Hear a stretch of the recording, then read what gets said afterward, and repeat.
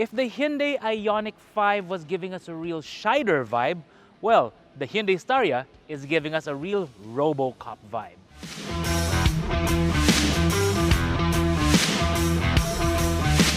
If there's one nameplate in the Philippine market that made Hyundai a household name, it's Starex. But that, of course, is kind of no longer what this is, because this is the Staria, kind of the successor to the Starex, at least in the minds of customers when they're looking for something like a van, something to shuttle the whole family around. Now, this new generation model is pretty much very, very different from the one it is succeeding, because there are a lot of changes, not just when it comes to the name or maybe the specs and features, but really in terms of the fundamentals of the vehicle. Now, this Staria, as you can see, is styled very, I don't know how to describe it, minimalist, maybe futuristic, whichever the case. This really is a striking vehicle to look at when they first launched it in the Philippine market, well, last year. It's actually been in the Philippine market through gray market importers for quite a while, and many did snap up the initial model. This, of course, is an official model from Hyundai Motor Philippines when they re-established their operations here last year. Now, what can we say about the design? Yes, very futuristic. This has the LED strip right here, pretty much continuous all throughout. It does have a very pill-like looking front end. When you view it from any kind of angle, it really does look like a pill, or I don't know, like a bullet train, something of the sort. It has a very unique grille. Your lighting is actually right here, along with the RFID tag, one over there, someone's over there as well, including, oh, they low jack the car. Pretty cool. In pictures, the Hyundai Staria actually looks kind of small, but when you walk up to it, no, it's actually quite big. This is 5.25 meters long, 1.9 meters, just a little bit over 1.9 meters wide, and 1.9 meters tall. You can really see the difference. The wheels on these are 17 inches. Actually, they kind of look quite small for a vehicle of this size. But what's really striking about the Staria, whichever, is all the glass area. I mean, the driver's glass starts like right here. That's a huge panel. Actually, even the windshield, even these. If you're getting these tinted, which, by the way, this one is, I'm not sure if it's from the factory, but this tint, yeah, it's going to cost quite a bit, especially if you want the nice quality tint. Now, one of the biggest differences here is the change in platform. Hyundai says it's now more like a unibody, but even when I look underneath, there seems to be a frame like a traditional one, but it appears to be welded on. Now, normally, a unibody would mean that the floor is a bit lower than before, but when I was actually looking at the height of the floor of this, it actually seems pretty high. And that's because they need to make space for the sliding door mechanism underneath. But if you're putting in the elderly, if you're like taking the elderly along, like you say your grandpa, grandma, it may seem still a bit high because even the first step right here, yeah, it's still a bit high. So keep that in mind. Maybe having some kind of step underneath would actually do well for something like this, especially for the elderly. Apart from the big glass area, one thing I also noticed is that this one, being the GLS Plus variant, it actually comes with rear disc brakes, which is surprising again for a van. You don't see that too often. But what we really are liking in the Staria is the detail with the rear. Actually, there's not really much detail to speak of, but it's really the impression it gives. Because if you follow one of these at night and you look at the taillights, it looks so very different than a lot of the other models out there on the road. But it's a very clean rear, and it's even got the spoiler, rear wiper, so on and so forth. And it has a 360 camera system. You can see one of the cameras, I think, right about there. There's also one in front and on the side mirrors. Now, when we pop open the, oh, not there, over here. When we pop open the tailgate, well, it's a big tailgate. It's got these gas lifts and it's got Mando on it. This is the way. Nevertheless, you can see that there's not much room right now because this is a 4-row van, MPV, whatever, multi-purpose, however you want to call this. But it's a people carrier, so it has 11 seats. It has 3 in front, 3 in the second row, 2 in the third row, and then 3 more right here. So it doesn't leave you much space. But what's good here is Hyundai factored that in. If you pull this one, this lever, what it will do is it will fold up the cushions for this seat, and you can now use this to push it in all the way. That sounds wrong. Okay, now in this configuration, you've got 54 inches in terms of width, about 24 inches from here to there, so about 2 feet. And when I measured it, I think it was 49 inches from here all the way up there. So quite a bit of room, but you do have to, well, not load people into the fourth row. What else can we say? Well, tail lights, it's got matting. It's pretty configurable. It's got these sliding things going on so you can adjust every row. It's really more like a multi-purpose vehicle, but it does have one drawback though, this kind of system, is that it tends to make a bit more noise than a lot of the fixed systems on the market. We'll show you when we're driving it. It's a pretty light tailgate. The Staria doesn't just represent a change in name, but also a change in, well, thinking. For one, the platform is different. This is now more of a unibody, even though I did spot a kind of frame underneath. But what's important is the changeover in terms of the drivetrain. Unlike before, which was a front engine rear-wheel drive, this is a front engine front-wheel drive, meaning more conventional. Now, what does that give you? It gives you the ability to engineer more space inside because a front-wheel drive platform occupies less space compared to before. You don't have to have the cylinders aligned in a longitudinal manner, meaning front to back. You can align them left to right or right to left. So it gives you more space. It makes it more compact up in front to give you more cabin space inside.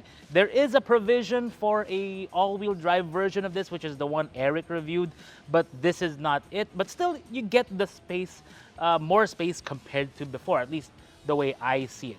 Now, the engine itself is a 2.2 liter CRDI with a VGT. It makes 177 horsepower and 413 Newton meters of torque. It's got an automatic transmission, again, driving the front wheels. Now, Hyundai has always been a proponent of the CRDI. Actually, they were one of the pioneers in it that really marketed heavily here in the Philippine market. And what's good about the CRDI system is that it gives them better combustion because it allows them to have higher pressures than before compared to mechanical injection to give you better combustion inside the chamber. And of course, when it comes to diesel, what's more important is how efficient the combustion is. That's how you get the black smoke in a lot of older diesel vehicles because the combustion isn't as complete. All you get is black smoke out in the back. The VGT is also the trick when it comes to giving you more power and more torque, especially early on more torque, because it allows the turbo to adjust automatically to give you optimum power and optimum efficiency. Couple things else we can note here. Well, not really that much. It's pretty much a conventional engine bay. But what I do want to point out here is, remember my review of the Kia Sorento? Well, the air filter of this is kind of similar. It's a very easy job to replace because you just open that and then unlock it, and then there's your air filter right there. Pretty easy. Now, let's go check out what's inside.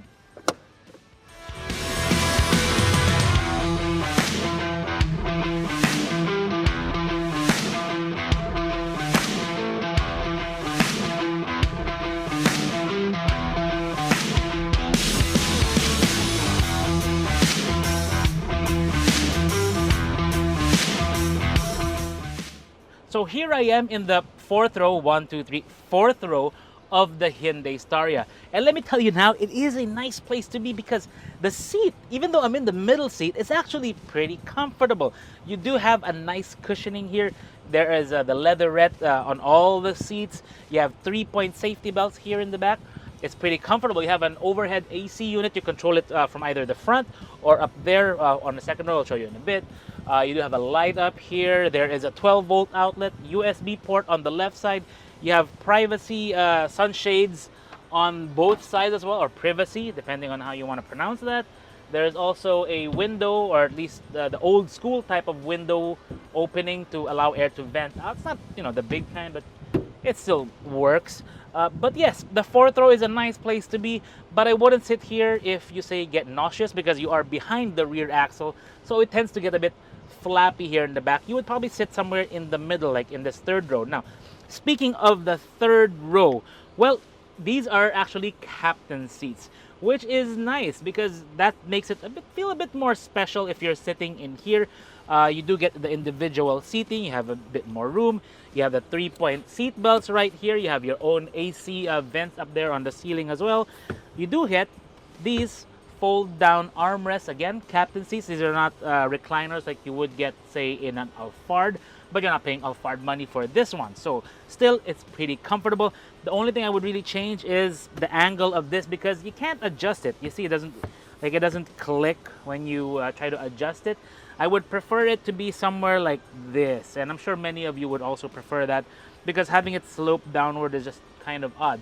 One thing I also forgot to mention when I opened the trunk earlier is that all these seats can fold down, and when you fold it down, what you get, where's that mechanism? There.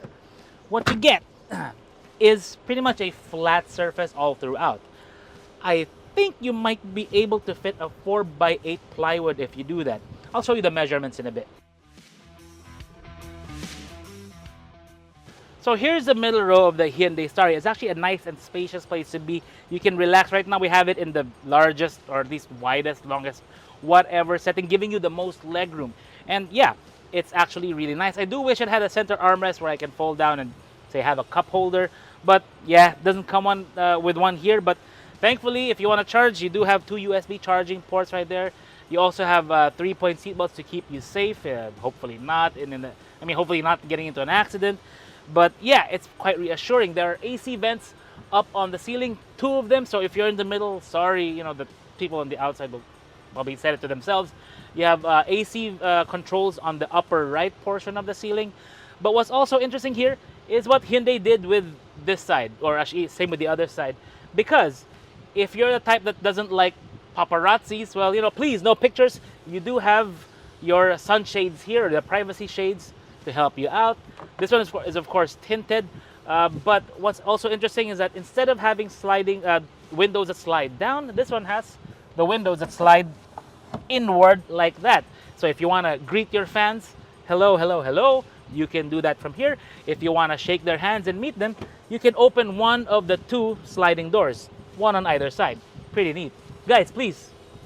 Now, as you can see, the front of the Hyundai Staria is really meant to be a 3-seater. So 1 driver, and then this 60% thing going on here on my right. But normally, I think I would fold this down because nobody's really going to sit there. But it's going to have give you 2 cup holders, pockets for stuff. Even your phone can go there, wallet, whatever pocket lint you may have. But for your phone, you can put it up here because that is where the wireless charger is. But it's not going to turn on because the door is open. I keep forgetting that. Now, what's really nice is how Hyundai designed the vehicle to be as practical and as functional as possible. Because they maximize the space to give you as many compartments for storage. Again, I mentioned this. If you look at the door, you get actually 3 tiers of pockets all around. You have a pocket up here, pocket down there in the middle, and another bigger pocket down below, which is pretty nice. There's a cup holder here. You have the glove box over there. What's nice is also they put 2 compartments up here in front. They moved the instrument cluster to actually function more like a heads-up display, which is nice. But it frees up space for a compartment under here, which is full of receipts. But you also have another compartment over here, which would serve as, I guess, your hidden storage for sunglasses and stuff, because there's no sunglass holder up here, only your lights, and that's really it. You get pockets over here. Don't put anything metal on the wireless charger. That's not a good thing. Put your wallet up here, put maybe something there if you want. There are compartments underneath. 12 volt and USB chargers there. So yeah, plenty of places to store and put your stuff when you're on the go.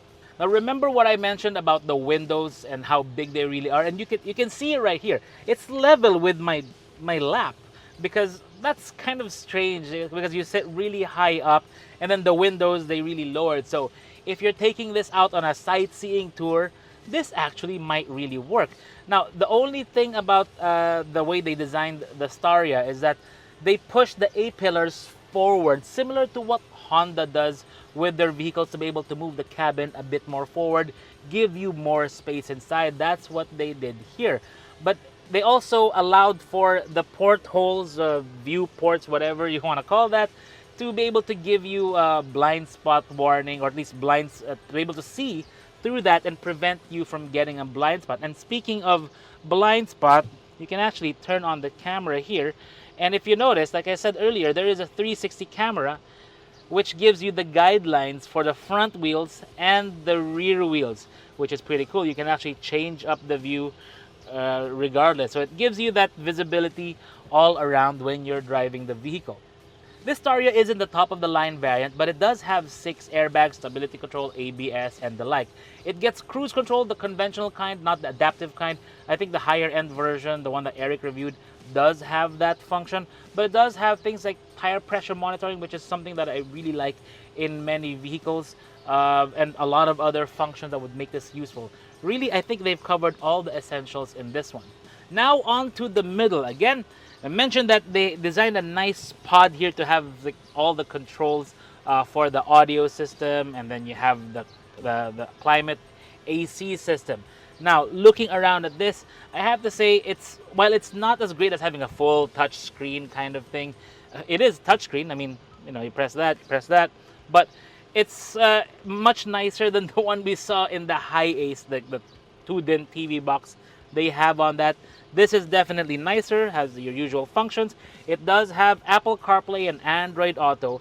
And one feature we like, you do have the rear climate controls here as well. You can do that. You can have a voice memo and a few other things. But the nice one here is quiet mode. What that gives you is the ability to isolate the audio that you're playing to the front seats. That means that if you have kids in the back sleeping, if you have your titas, lolo, lola, all that, you can quiet it down for them while you enjoy your music up here in front. Pretty cool. Also, the AC system is here, and then you have, it's pretty much a standard style AC. It's not a climate control unit, I think. So you have the 4 blower settings up here in front, but you also have control of the rear AC from here, again, just like that one. So you can change the temperature, change whatever you want. You have buttons here. I showed you the 360 camera. You have the parking sensors here. You have the auto brake hold, because this one does have an electronic parking brake, not a foot brake like before. If I remember correctly, the older Starex had a foot brake.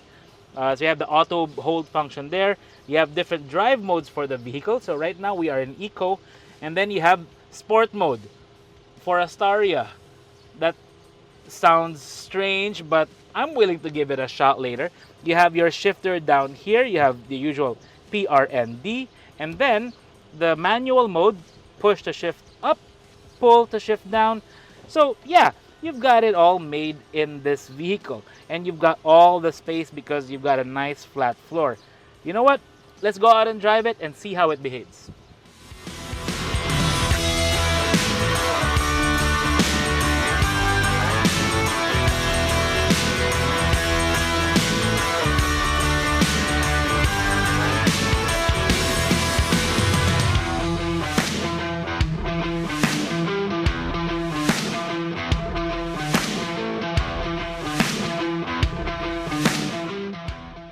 Driving the Staria around, it's actually very refined and very quiet. The way they actually did the NVH of this, whoever was doing that at Hyundai, they did a really good job, because for a van, this rides really, really nice. It is a nice ride, because normally vans, they don't give a nice ride, and it's because it's more of a truck platform. This one, no, because it has full independent suspension on all 4 corners. So in the front, you have McPherson struts, normal. In the rear, you have a multi-link setup, fully independent. What that gives you compared to a truck style, let's say live axle or solid axle, is better comfort, better control of the vibrations of the vehicle. When the right tire, left, right, whatever, when the rear right tire goes over a bump, it doesn't affect the left. Whereas in a solid axle vehicle, when one tire goes up and down, the other one gets affected in the other way. So one tire goes up, the other one goes down. So it kind of creates more vibrations, more shaking for the suspension to manage. With the independent suspension, you don't get that problem. This even has stabilizer bars that the handling is actually decent for something like this.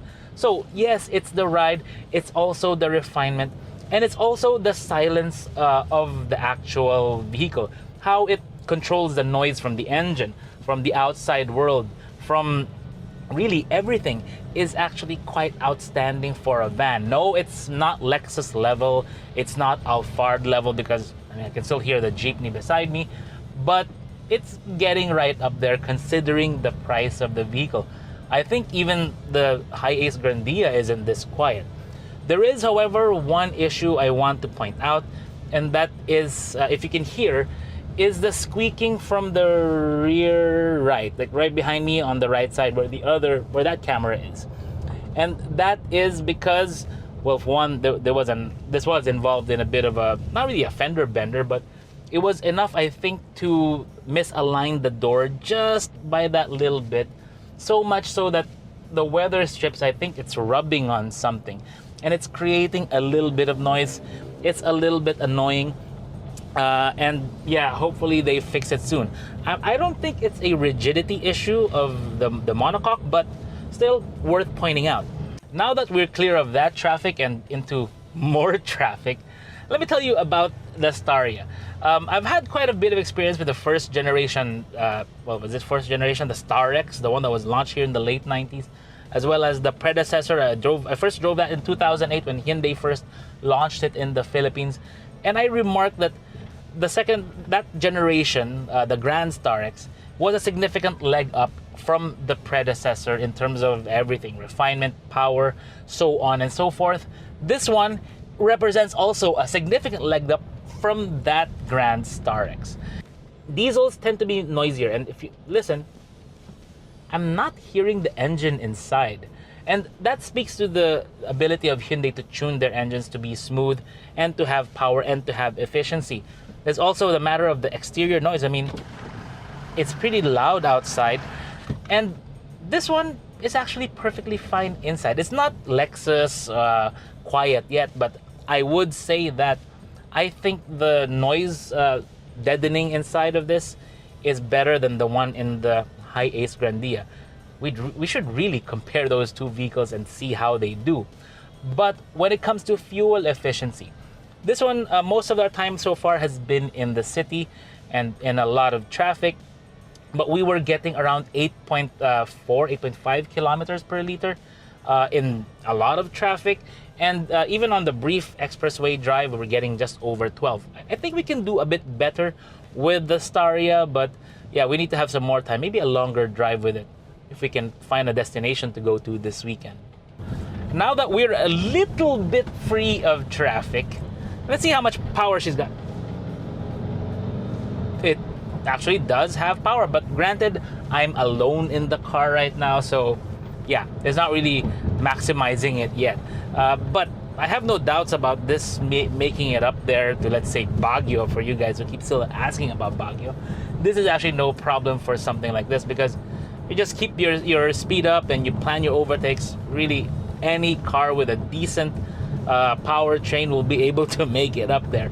Now that we're a little bit free of traffic, we can see how well the Staria does. Put the foot to the floor. It does have torque right away. One thing I will say now is that it doesn't feel like a diesel anymore. It doesn't feel like a diesel with the way the torque is delivered, because it's actually the way the transmission and the engine work together to give you a smoother ride. Because diesels tend to dump all the torque right away, at least early down in the RPM range. In this one, it feels a bit more linear, and it's actually a nice drive.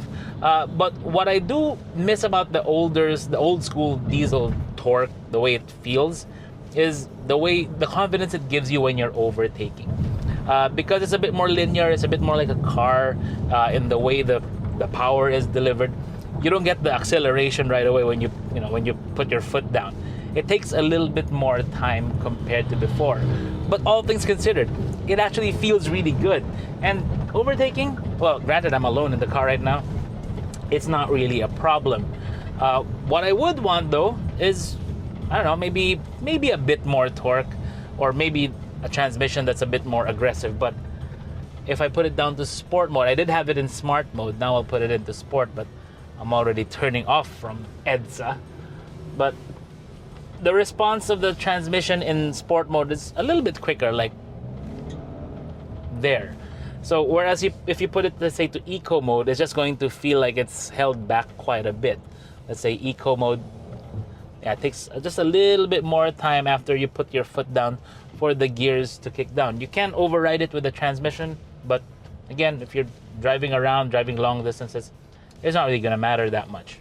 The only question that remains is whether the Staria can supplant the Hiace. And to answer that question, well, we really need to sit down and talk about it, but it really boils down to what you want out of a van. If you're looking for outright capacity, ruggedness, and all of that, the Hiace might be better for you. But if you're looking for something more comfortable, great in the city, great for long distances, the Staria can truly stand up to the Hiace. But let's go back to the warehouse and talk about pricing and how this vehicle fits into our market.